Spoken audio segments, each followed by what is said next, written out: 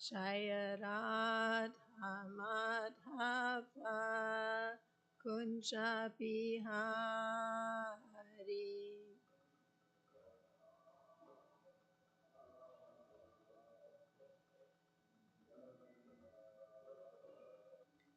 Gopi Jana Vallabha Girivardhari.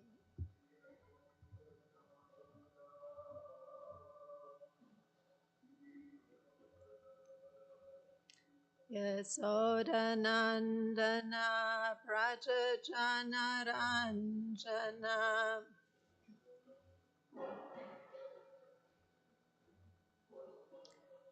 Yamunatira Vanachari.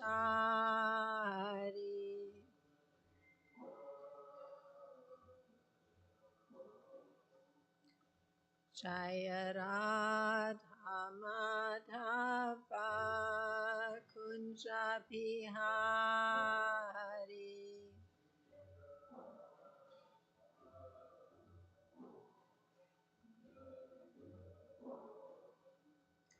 Gopi Jana Vallabha Girivardhari.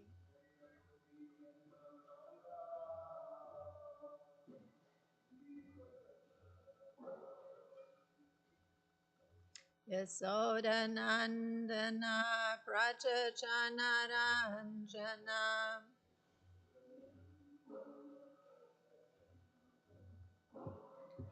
Yamunatira Vanachari.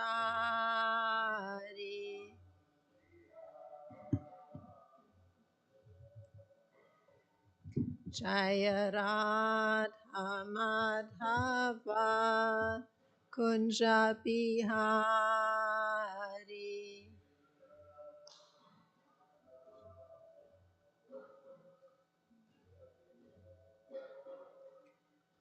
Gopi Jana Vallabha Girivardhari.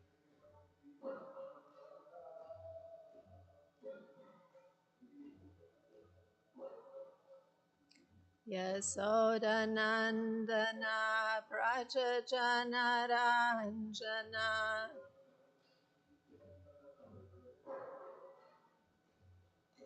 Yamunatira Vanachari.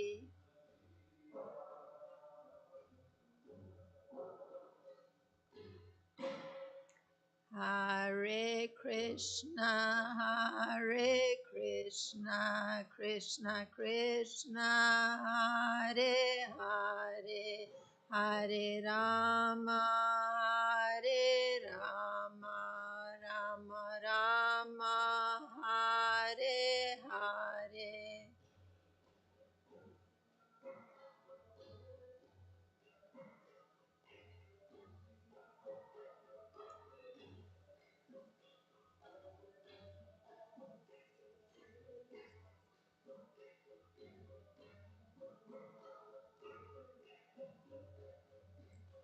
Hare Krishna,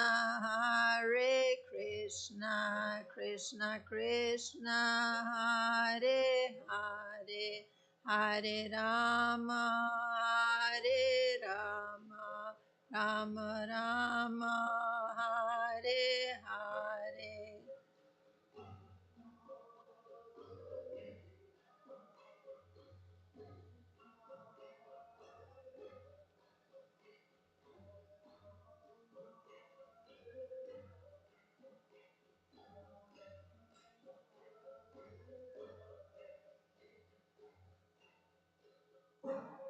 Kishore Kishori ki jai, Jagannath Baladev Subhadra Marani ki jai, Gonitai ki jai, Srila Prabhupada ki jai.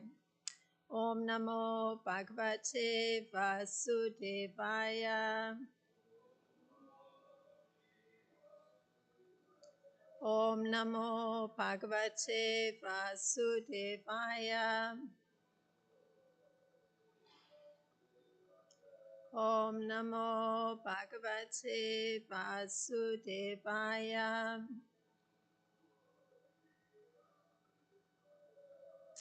So this morning we reading from Canto 10, chapter 63. There's two texts, text 33 and 34, and the chapter is entitled Lord Krishna Fights with Banasura. So text 33. Bahusu Chidyamane Se.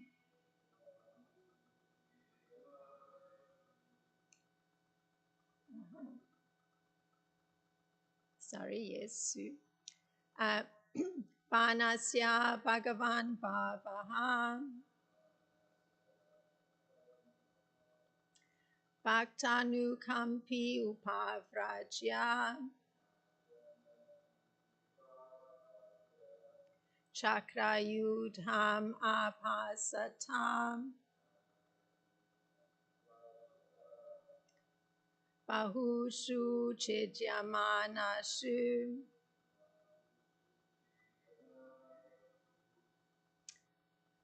Panasya Bhagavan Bhavaha. Bhaktanu Kampi Upavrajya. Chakrayudham Apasatam.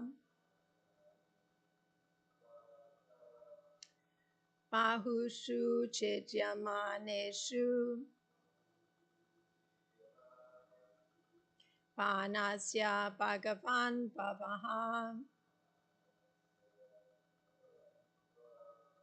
Bhaktanu Kampi Upavrajya. Chakrayudham Apasatam. Please chant. Bahushu Chidyamaneshu. Panasya Bhagavan Bhavaha. Bhaktanu Kampi Upavrajya. Chakrayudham Apasatam. Bahushu Chidyamaneshu. Panasya Bhagavan Bhavaha. Bhaktanu Kampi Upavrajya. Chakrayudham Apasatam.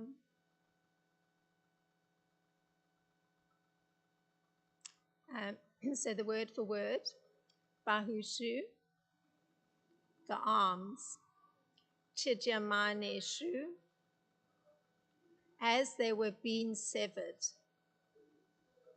Banasya, of Banasura. Bhagavan Bhavaha, the great Lord Shiva. Bhakta, towards his devotee. Anukampi,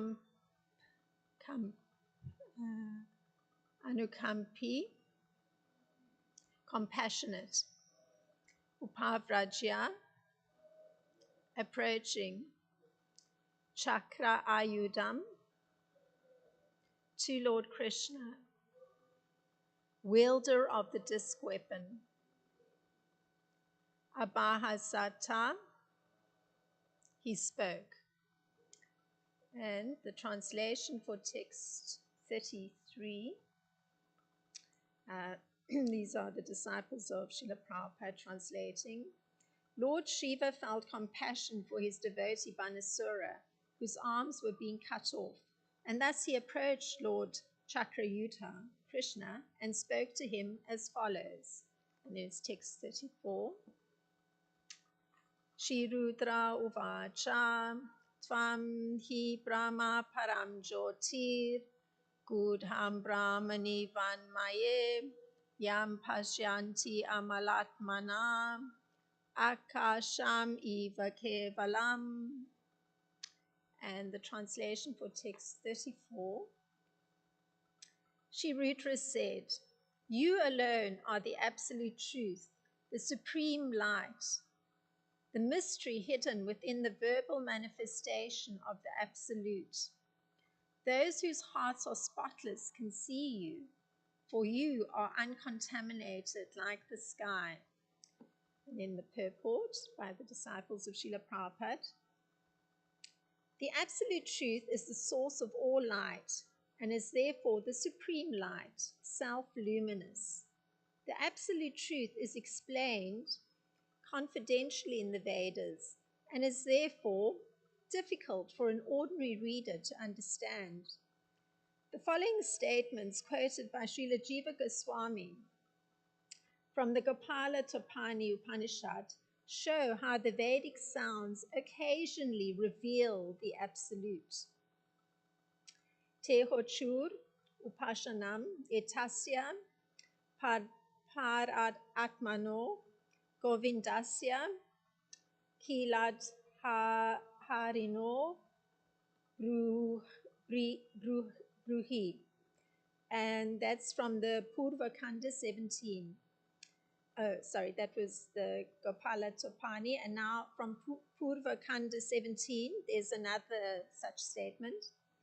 They, the four Kumaras, said to Brahma, "Please tell us how to worship Govinda, the Supreme Soul, and the foundation of all that exists." And then there's a third statement, and this is Chetanam. That's from Purva Kanda 21, and that's translated as "He is the chief of all living beings," close quote. And Tam Ha Devam Atma Shriti Prakasham. That's from Purva Kanda 33. One realizes that Supreme Godhead by first realizing one's own self. That was the translation. So close quote. The great Acharya Shiva Jiva Goswami also quotes a verse from the Srimad Bhagavatam 1.10.48.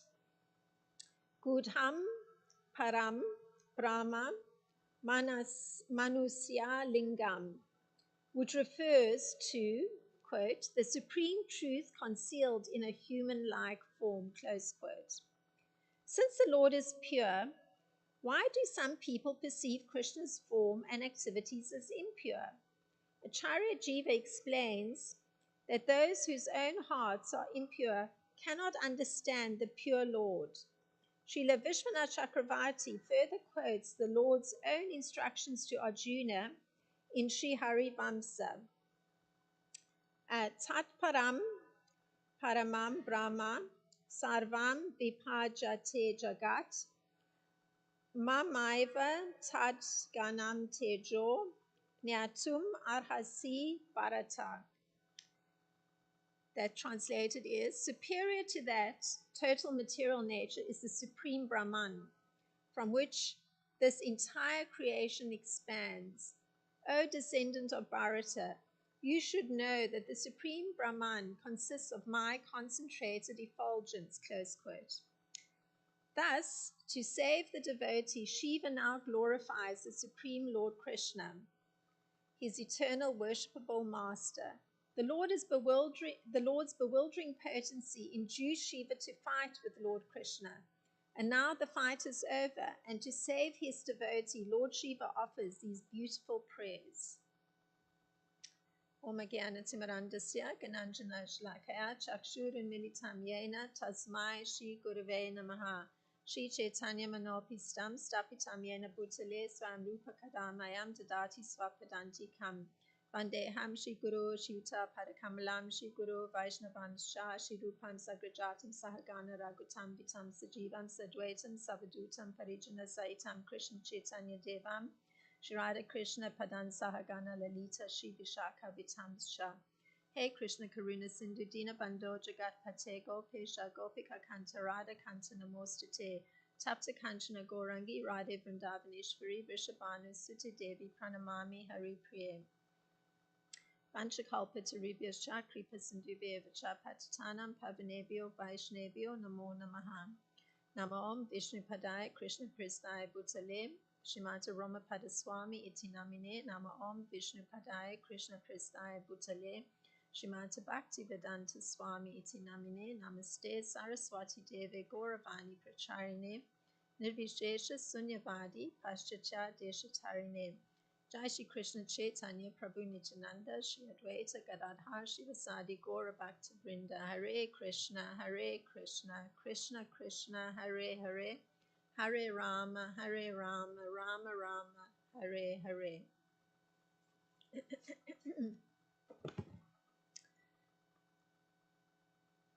So there's text 33, the first of the two that we read, which describes Lord Shiva approaching Chakrayudha. That's how Krishna is referred to here, because he's wielding his chakras. And the question has been raised by Srila Vishwanath Chakravarti Thakur, and this is coming from Sarata Darshini, where he's commenting on the same verse. And this is the question that Srila Vishwanath Chakravarti Thakur raises at this moment. Should Lord Shiva not be ashamed to approach Lord Krishna and praise him? That same person with whom he has just fought. So this is a question that's raised by Srila Vishwanath Chakravarti Thakur. And there's, of course, a natural reason why he should be raising such a question, because Lord Shiva is in a subservient position to Lord Krishna, and so Lord Krishna is his worshipable master, and he's actually engaged in battle with his master.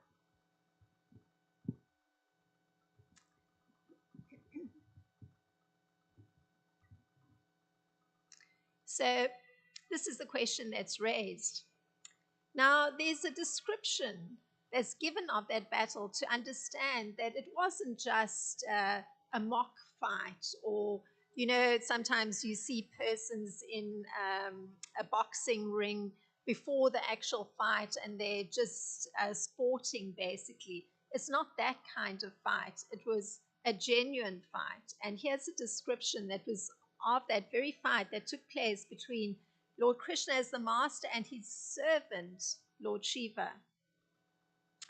And here it is, the description from Srimad Bhagavatam. Lord Shiva, wielder of the trident, shot various weapons at Lord Krishna, wielder of the sharanga.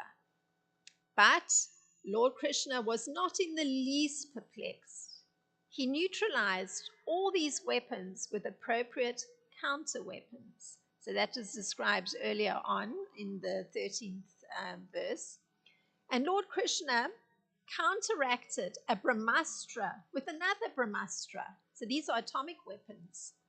A wind weapon with a mountain weapon. So that was like Lord Shiva tried to create a hurricane, and Lord Shiva neutralized the hurricane. Lord Krishna neutralized the hurricane with a mountain, put a stop to it, blocked it.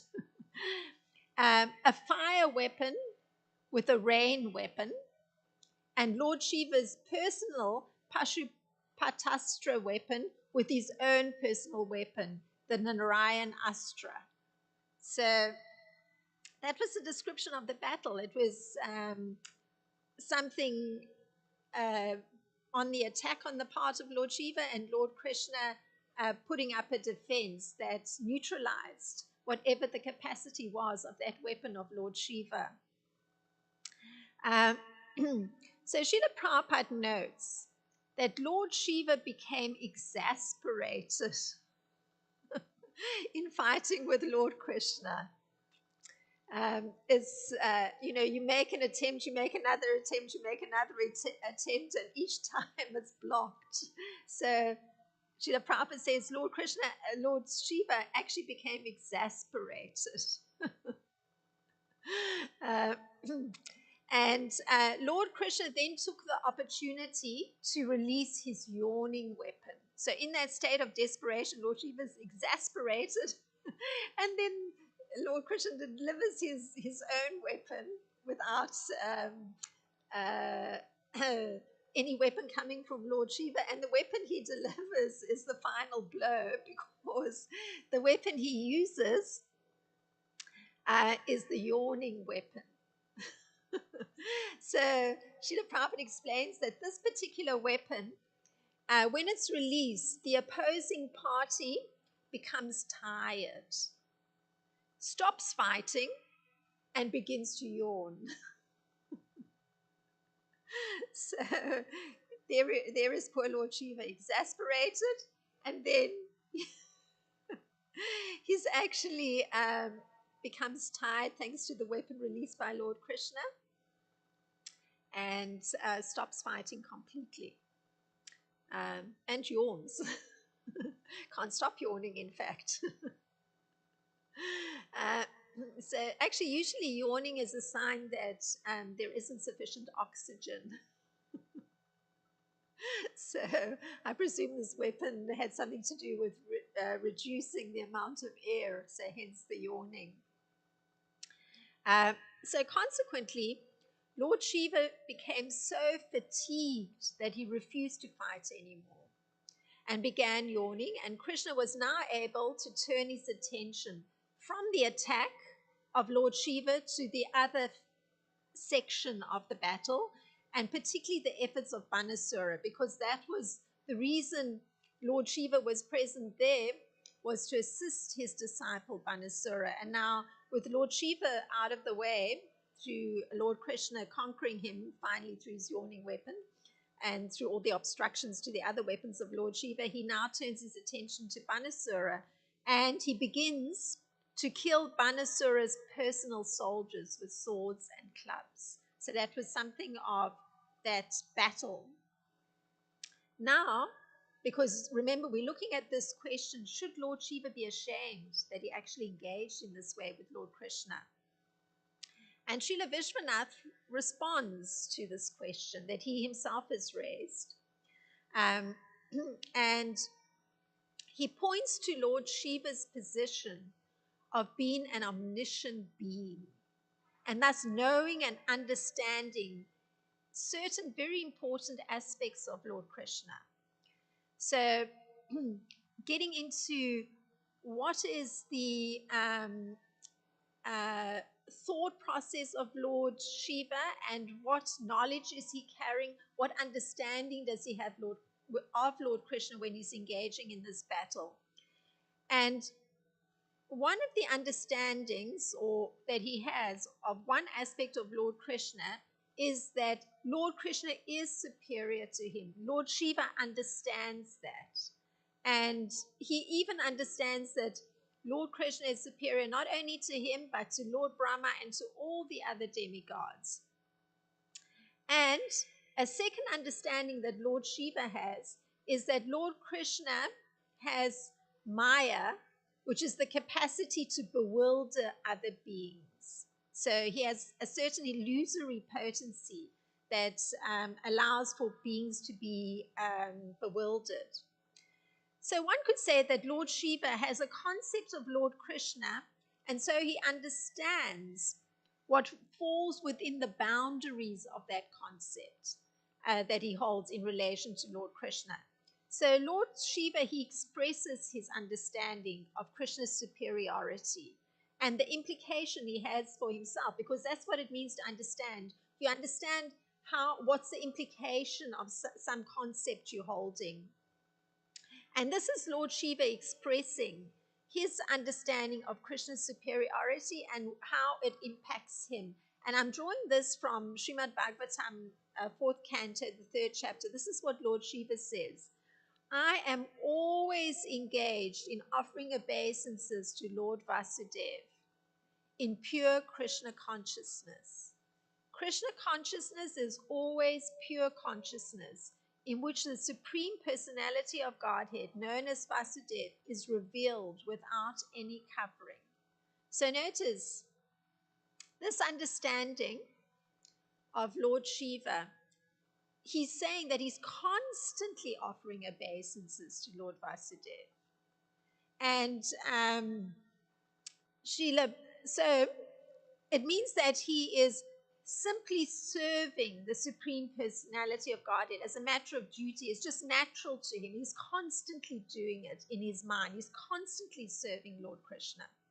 And it's without reason and without being impelled by material conditions. It's not because he needs to achieve something, therefore he's worshipping Lord Krishna. Not like that. It's just part of his being. He's constantly serving Lord Krishna, constantly offering obeisances in all his actions, not being impelled by any material condition.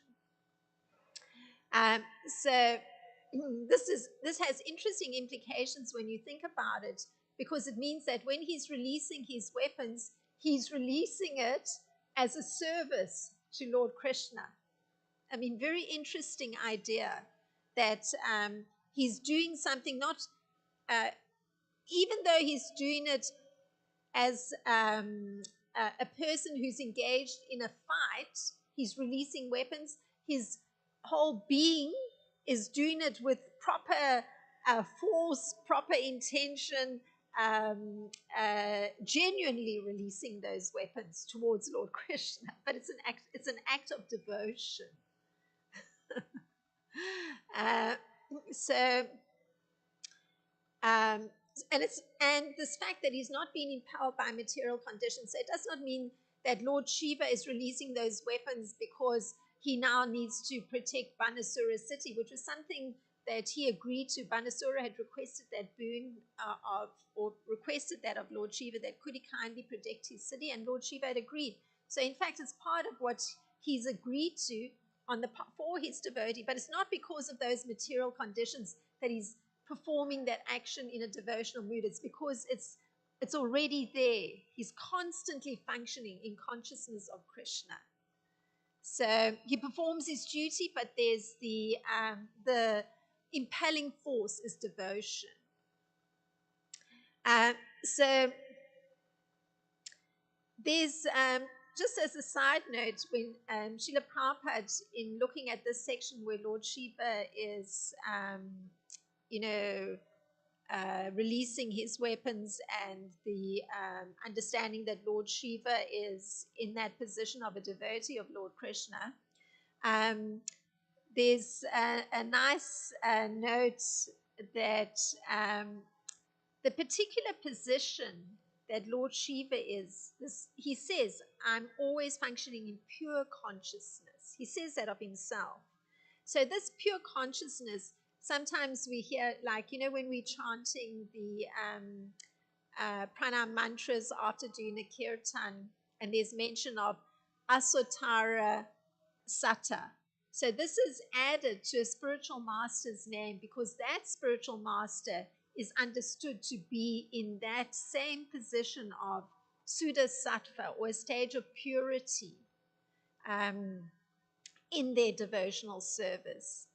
And this particular stage of purity or pure Krishna consciousness it's a stage in devotional service in which the Lord is revealed within the heart of the devotee. So that's the particular position of Lord Shiva. So this state of pure consciousness, or being in one's pure constitutional position, so there's no confusion that one is impelled to act by material circumstances. Rather, it's with clarity and understanding that the action one needs to perform has to be of a particular kind, because this is in service to Lord Krishna. And this position of being in one's pure constitutional position is actually described by Lord Krishna. There's a nice description Lord Krishna gives of it in Bhagavad Gita, where he says, Bahinam janmanam ante janaivam mam prapadyate vasudeva sarvamiti sa mahatma sudurlabha. And that particular translation is, after many births and deaths, he who's actually in knowledge surrenders unto me, knowing me to be the cause of all causes and all that is. such a great soul is very rare. So that's the particular description given by Lord Krishna of what the consciousness is of such a person on that platform of a pure Krishna consciousness, which is what Lord Shiva is describing of himself.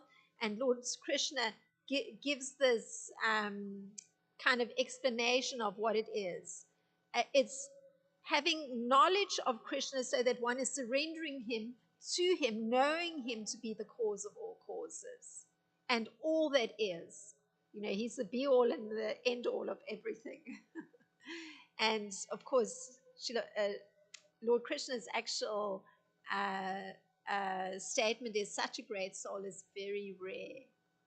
So one has to just consider this is Lord Shiva's position. So Lord Shiva understands all his activities to be in relation to Lord Krishna and thinks of everything in relation to Lord Krishna. So indeed, his battle with Lord Krishna protecting Banasura city, as per his accepted obligation, was with the purpose of having Banasura be defeated by Lord Krishna, and so have the good fortune that Banasura should have the good fortune of having his pride removed by Lord Krishna. So always there's that deference to Lord Krishna. He's not going to be personally removing the pride of Banasura. He's going to allow Lord Krishna to remove that pride. So Lord Shiva holds this concept, another concept of Lord Krishna, and that concept that he holds of Lord Krishna is of Krishna having an illusory energy or Maya. And this is also described by Lord Krishna. So, you hear Lord Krishna also describing it of himself. This is how Krishna puts it. This divine energy of mind, consisting of the three modes of material nature, is difficult to overcome. But those who are surrendered unto me can easily cross beyond it. And that is Daivihi Esha Guna Mai, Mama Maya Durachya, Mam Ye Prapadyante, Mayam Etam Tarantite. So actually, there's the material modes of nature, goodness, passion, and ignorance, they're considered to be the divine energy of Krishna. That's how he explains it. So the fact that one is impelled in goodness or a good way of being or a passionate way of being or an ignorant way of being, it's actually working under a divine energy of Lord Krishna in actual fact. But one can't escape the control of that energy upon one. That's what Krishna is saying. But only those who've actually surrendered to him, understood him to be the cause or the personality behind that divine energy, those persons can easily go past that control of material nature. So, you can now make that connection of why Lord Shiva is not under the control of material nature. He's completely crossed past that.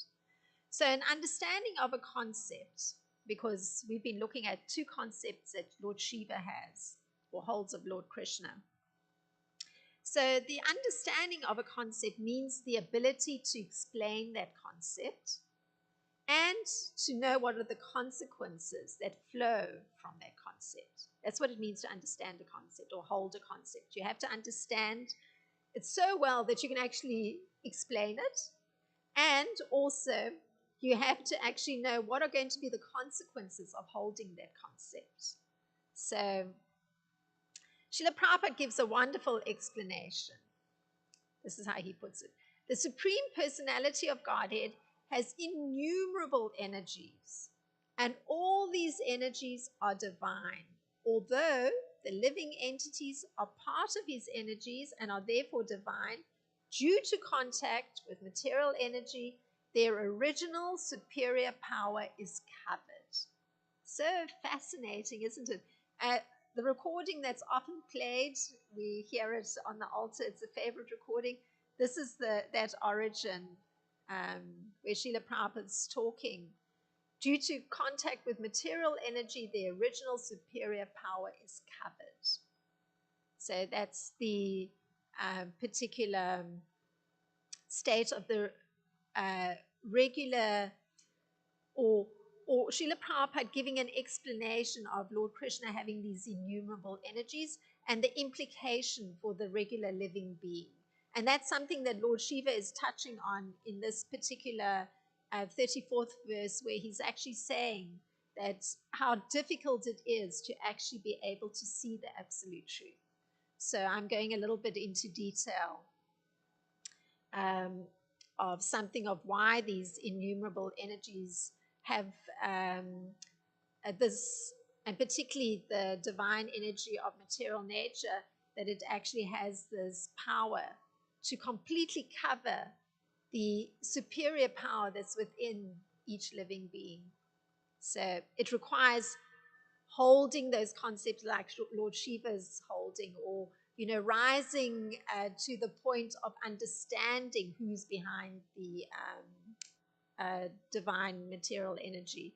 So being thus covered by material energy, one cannot possibly overcome its influence. That's actually the fact. I mean, we live in a society where you see people scurrying around, doing their particular activities, getting on trains, going to offices, staying in offices for 8 hours, going back on trains, coming home, having meals, starting the process again. So some persons may be functioning in goodness, that they're maintaining that regularity. Other persons may be functioning in passion, that they're just thinking about, the money that's going to be accumulated from the labor, etc.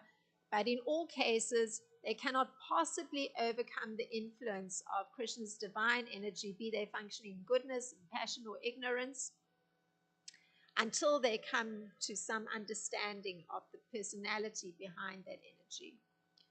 So the fact is that the living entities belong to the eternal superior nature of the Lord. And this is again drawing from Srila Prabhupada, but due to the contamination of the inferior material matter, their illusion is also eternal. I mean, that's the extraordinary thing. One can be eternally in that illusion, eternally. Just by virtue of the fact that they have this contamination of this divine energy that they can't possibly overcome. So the conditioned soul is called Nitya Baddha, or eternally conditioned. So consequently, his release from being held so tightly by the material nature, it's very difficult, even though the material nature is an inferior energy, because that material energy is ultimately controlled by the supreme will. So that's the reason for the difficulty. Until you acknowledge that supreme will and the presence of that supreme personality, one is controlled, completely controlled, and even though it's one of Krishna's inferior energies. So that's, Srila Prabhupada really goes into this in detail, and it comes from a purport in the 7th chapter and the 14th verse of Bhagavad Gita. So Lord Shiva's understanding in this regard is very telling, for he tells Banasura, and this was way earlier on, at the start of everything, he tells Banasura, your flag will be broken. Fool, when you have done battle with one who is my equal, this fight will vanquish your conceit. So that moment has arrived now. Now is the moment where this is taking place, because as Banasura continued hurling weapons, this was just from the earlier verse, just prior to what you're reading now, Banasura continued hurling weapons at him, meaning Lord Krishna. The Supreme Lord began using his razor-sharp chakra to cut off Banasura's arms as if they were tree branches. That moment has arrived.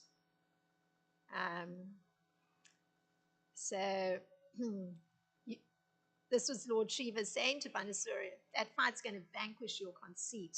And that moment is now happening, at least of Banasura's reliance on his 1,000 arms, his inflated self-importance due to the power of his 1,000 arms, his belief that he was superior to any other living entity because of his 1,000 arms and his capacity to fight in battle. And now, that moment that Lord Shiva has said, you fool, your pride is going to actually be broken. And indeed, been in confrontation with Lord Krishna, and this is the second time, because somehow Banasura regained his strength, even though he was forced to flee the battle, because Lord Krishna had destroyed all his weapons. He now returned somewhat energized. Somehow he was able to recuperate himself. And what did he have to experience?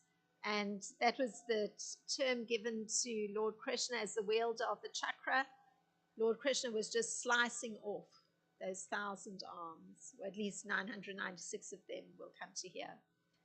So it's Lord Shiva who now speaks to Lord Krishna, feeling compassion for his devotee Banasura. So that's what we're hearing.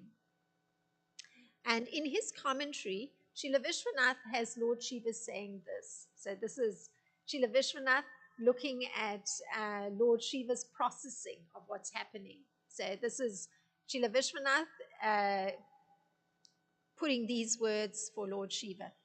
You are the Supreme Brahman, Parabrahman, the original transcendental form of spiritual light. So drawing attention to the fact that Lord Krishna provides illumination, spiritual illumination. And this statement by Lord Shiva is supported also by a statement from Sri Harivamsa that Srila Vishwanath Chakravarti Thakur draws on. And this is a statement: superior to the material nature is the Supreme Brahman, from which the entire creation expands. O descendant of Bharata, you should know that the Supreme Brahman consists of my concentrated effulgence. So we've been looking at this, the power of material nature, and here it is. We're hearing that superior to material nature is the Supreme Brahman. And this is the effulgence, the concentrated effulgence of Lord Krishna. So it's quite an extraordinary understanding to hold, an extraordinary concept to hold. And Lord Shiva is, in fact, acknowledging this. You are the Supreme Brahman. So the supreme spiritual energy, the original transcendental form of spiritual light. So the fact of this understanding expressed by Lord Shiva to Lord Krishna could lead to Lord Krishna asking the following question of Lord Shiva. So this is Srila Vishwanath Chakravarti Thakur, going into an analysis. So if Lord Shiva expresses such a statement, expressing the understanding he has that Krishna is the Supreme Brahman from which all creation comes, and that he's superior to material nature, then Krishna could ask this question: if you know that I'm the Supreme Brahman, why did you fight with me? Krishna could ask that question. This is Srila Vishwanath Chakravarti Thakur. And Lord Shiva replies in this way. This is Srila Vishwanath Chakravarti Thakur. The Brahman is disguised even in the sound manifestation of Brahman, the Vedas. So how can you directly be recognized as Brahman itself? So Lord Shiva, it would sound, is almost, he's pointing to a fact that can explain his behavior by making the statement: Brahman is disguised. And Brahman, even in the sound manifestation of the Vedas, still it's very difficult to recognize Brahman himself. So then Krishna could reply, then no one can know me. If it's so difficult to even recognize me in the Vedas, then no one can know me. So Lord Krishna can answer. This is Srila Vishwanath Chakravarti Thakur. Only pure souls, free from the contamination of Maya, can see you. Therefore, how can I, who am filled with ignorance, see you, who are just like the sky that contains the ether. Though you are the shelter of Maya, you are not tainted by Maya. So notice, Lord Shiva has a deep understanding. He understands that Lord Krishna isn't affected by his illusory energy. But at the same time, he's referring to himself because the implication of his understanding of this illusory energy having the power, Krishna's illusory energy having the power to bewilder everyone, is saying that actually everybody has a difficulty even to understand Krishna as his effulgence or the Brahman, because it's kind of concealed. And the word that is used in text 34, he's the mysterious aspect in the sound of the Vedas. So really, Krishna is quite mysterious. And Lord Shiva even says he himself is filled with ignorance. Even he, how could he even see Krishna? That's how Lord Shiva is explaining, as per Srila Vishwanath Chakrabarti Thakur, of this difficulty or having to respond to the question of Krishna, why did you fight with me? So this is how Lord Shiva is coming to grips with it, as per Srila Vishwanath Chakrabarti Thakur. So usually being able to perceive something, and because that's what Lord Shiva is pointing to, that it's even very difficult to perceive a Krishna even in his sound representation in the Vedas. It's actually something that's very nicely touched on, I thought, in this BBT purport, because what the BBT purport does, the disciples of Srila Prabhupada, they actually bring out various personalities who, like Lord Shiva, do hold the concept of who Lord Krishna is.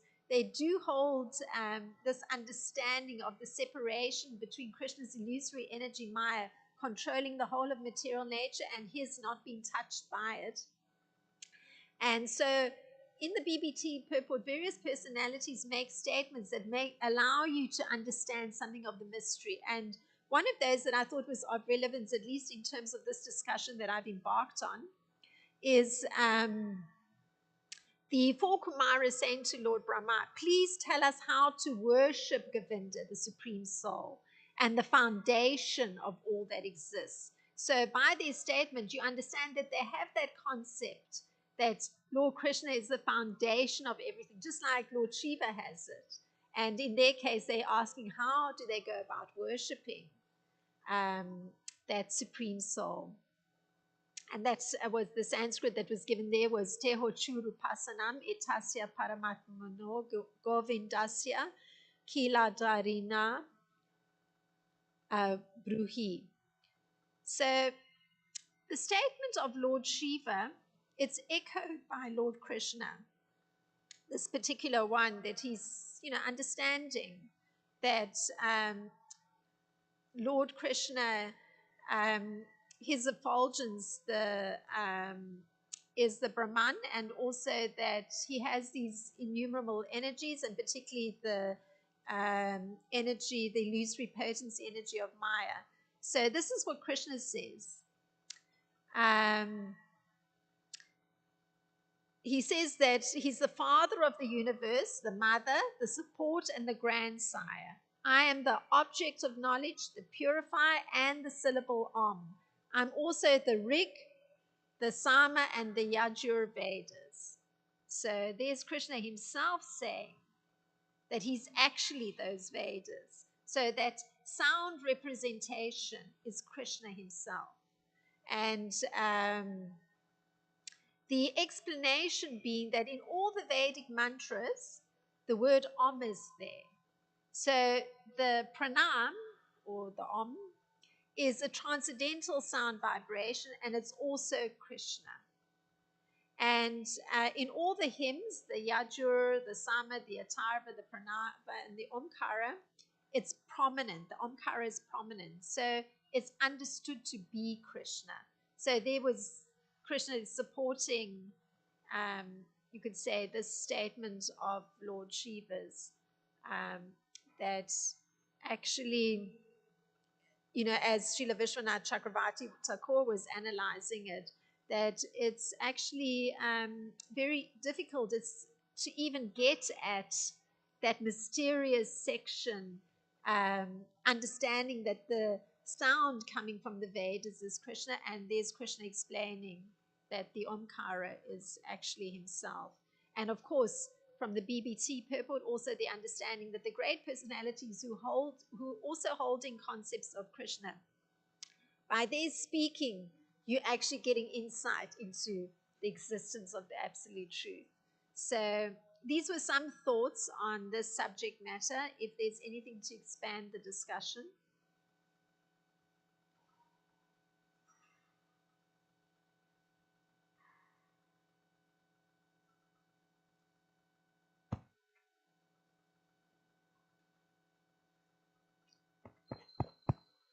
What what's the answer to the question of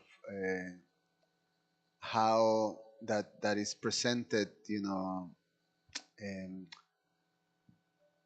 how Govinda should be worshipped. Is there any Uh, follow on that? I don't have that particular scripture. Ah, It's, I did consider exploring it, but unfortunately, I don't have that scripture. It comes from the Gopala Tapani Upanishad. So I don't have that scripture. I did consider looking into it. yeah, I'm assuming you can attach it to Lord Brahma and his Brahma Samhita prayers. That are for Govinda. How I worship Govinda, and then Yes, he goes on. exactly, because that's the personality that they're addressing. And through Lord Brahma's statement, one gets an understanding of who that personality is, because that's the point that's been made in this BBT purport, that the statements, the sound coming from the great personalities who are holding the particular concepts of Lord Krishna, it's revealing that personality. So I think that was the point. So that's why just one line quotes were there in this purport, and it's echoing Srila Vishwanath Chakravarti Thakur's purport, where Lord Shiva is actually having to give some explanation for why he's fighting with Lord Krishna, which then reveals the concepts that he holds of Lord Krishna. And so it gives us an understanding of or insight into Lord Krishna. So, and in some sense, you could take it that this particular fight that Lord Shiva engaged in with Lord Krishna was a form of worship. He was actually worshipping Lord Krishna because it was done in devotion, using his weapons to oppose Lord Krishna, you could say, to perform his duty of protecting the city of Banasura, therefore acting on behalf of Banasura, you could say, but acting in a mood of devotion towards Lord Krishna. So, releasing his weapons in a mood of devotion. So it was a worship. Yeah, it's quite something because, of course, Lord Shiva at this moment is being connecting with Krishna, and the references of Govinda, and Govinda is Krishna in Vrindavan, and which is quite a mystery too. Um, the whole Brahma Samhita is a description of Krishna in Golokadam, and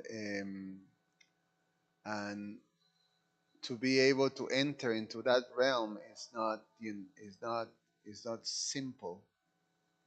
Um, so it seems that the demigods are having that type of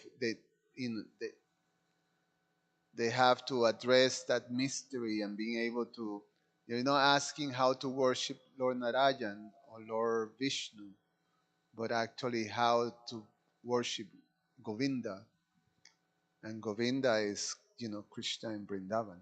And a lot of that, I guess, is revealed through the understanding. And the concept is that Krishna is the primeval Lord. That's what Lord Brahma says. He's the primeval Lord, so the source of everything. And that's something that comes across as a very important understanding on the part of Lord Shiva in understanding the superiority of Krishna, is that he's the source of everything. So it seems there's emphasis on the source is where that goes in that direction of Govinda, because that's Krishna. That's his, you could say, identity through his pastimes, but the source, at least for the demigods, in maybe not being engaged in that pastime, they're looking from their perspective. So the perspective is the source of what they're dealing with, which is, and it comes a lot through Lord Shiva's concepts and his understanding, this making this distinction of how Krishna's energies are working and the control that he's exercising over his illusory potency. So yeah, the understanding is different. It's from the perspective of of a demigod, you could say. Yeah, yeah, because that's what they're dealing with all the time, isn't it? The material nature and the supreme will that's behind that material nature.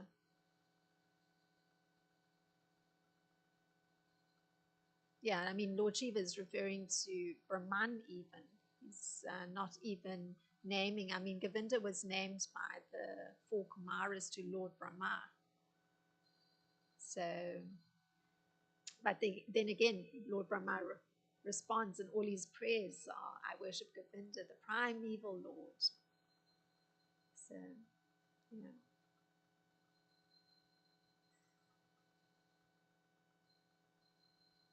Well, thank you very much for your kind attention. Srila Prabhupada ki jai, Srimad Bhagavatam ki jai.